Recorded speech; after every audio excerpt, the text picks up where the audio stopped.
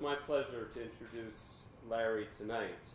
And you have to wonder what a young Larry Brilliant growing up in Michigan imagined his life to be. Did he dream of being an MD, trained in public health? Did he imagine he'd be a child of the 60s, part of the tie-dye revolution, living in Haight-Ashbury and the hippie scene at the time, becoming the doctor to the Grateful Dead, and driving a brightly painted bus across Asia, stopping to do health clinics for hundreds of people at a time? And those are just the little things. Could Larry have pictured himself as being one of the key players in wiping smallpox off the face of the earth, perhaps the greatest accomplishment in the history of public health? And along the way, Larry started the SEVA Foundation, restoring eyesight for millions of people.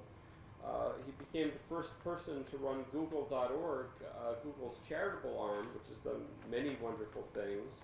And now he spends his days,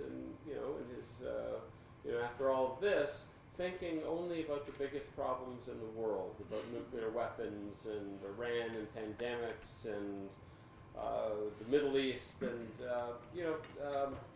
somehow all of these things just capture little moments in Larry's life, and every day there's a story that we don't know that Larry's involved in and he makes a difference in, and these little stories barely begin to capture the impact that Larry's had in the world, little and big. And when a man makes tremendous contributions to so many fields, and most people don't even realize that he's made those contributions, you know you are in the presence of true greatness. And that is why UCLA could not have chosen a finer recipient to honor tonight. But much of what you know about Larry's history, you've probably heard before, or you could read in Wikipedia or online. But what I really wanted to talk about was about Larry the person, the stuff that you can't read in his bio. First off, Larry is very zen. Nothing really phases him. I first met Larry when he gave a speech at the Skoll World Forum in 2007, and he talked about how he had lived in India in an ashram called Kanchi, and how the guru of the ashram, Neem Karoli Baba, better known as Maharaji, insisted that it was Larry's mission to wipe out smallpox. Now, Larry was just a young med school graduate at the time, and he took this guidance with a great deal of skepticism. And perhaps to humor Maharaji, Larry, in full hippie garb, went to the WHO headquarters in Delhi, where they promptly turned him out and sent him back. And when he returned to the ashram, the guru said, so what happened? And Larry said, they sent me away. And the Maharaji threw apples at him until Larry left to go try again.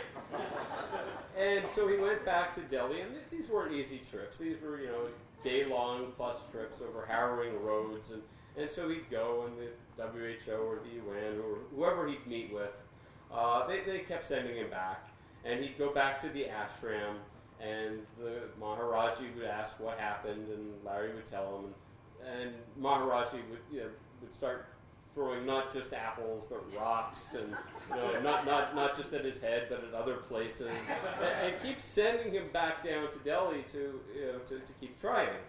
And finally, after numerous trips, cutting his hair, buying a cheap suit and tie, Larry was accepted.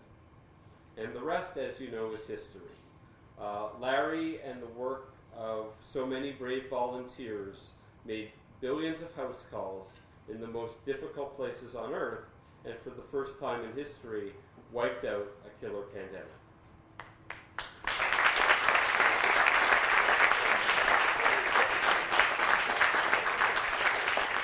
The second thing you need to know about Larry is that he is very funny.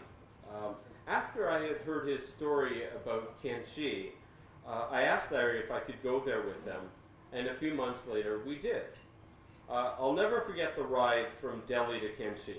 For 16 hours we bounced and lurched in a torrential rainstorm over horrendously dangerous roads until at last we reached the final stretch, a one-lane, mud-strewn path straight up into the foothills of the Himalayas, with visibility near zero, puddles that could swallow a Cadillac, and boulders crashing down the hill. I asked Larry when it was time to stop. And Larry said, well, when the car ahead of us rolls over the side of the mountain. And then I asked, well, Larry, what if it's our car that rolls over the side of the mountain? And Larry said, well, then it's time to stop. The third thing that you need to know about Larry is that he loves everybody and everybody loves him. He's always quick to give a hug, lock eyes with you, and make you feel like the most special person in the world. Larry used to say that Maharaji was the most loving person in the world, but I'd like to think that Larry is our own Maharaji, and I'm deeply appreciative that I've come to know him. For 4 years, Larry has been the leader of the Skoll Global Threats Fund, our organization that tackles climate change, Middle East peace, nuclear weapons, pandemics, and water. And any one of those threats is enough to overwhelm anybody. But Larry tackles them like no one else could. And that's where being zen and having a sense of humor comes in handy. As Larry likes to say, our global threats are hard, but when we finish them next year, we'll need to find other things to do. So we could not have a better award recipient for the UCLA Chancellor's Medal than Larry Brilliant, and I'd like to be the first amongst Larry's family, friends, and colleagues and supporters to offer congratulations and welcome Larry to accept this award.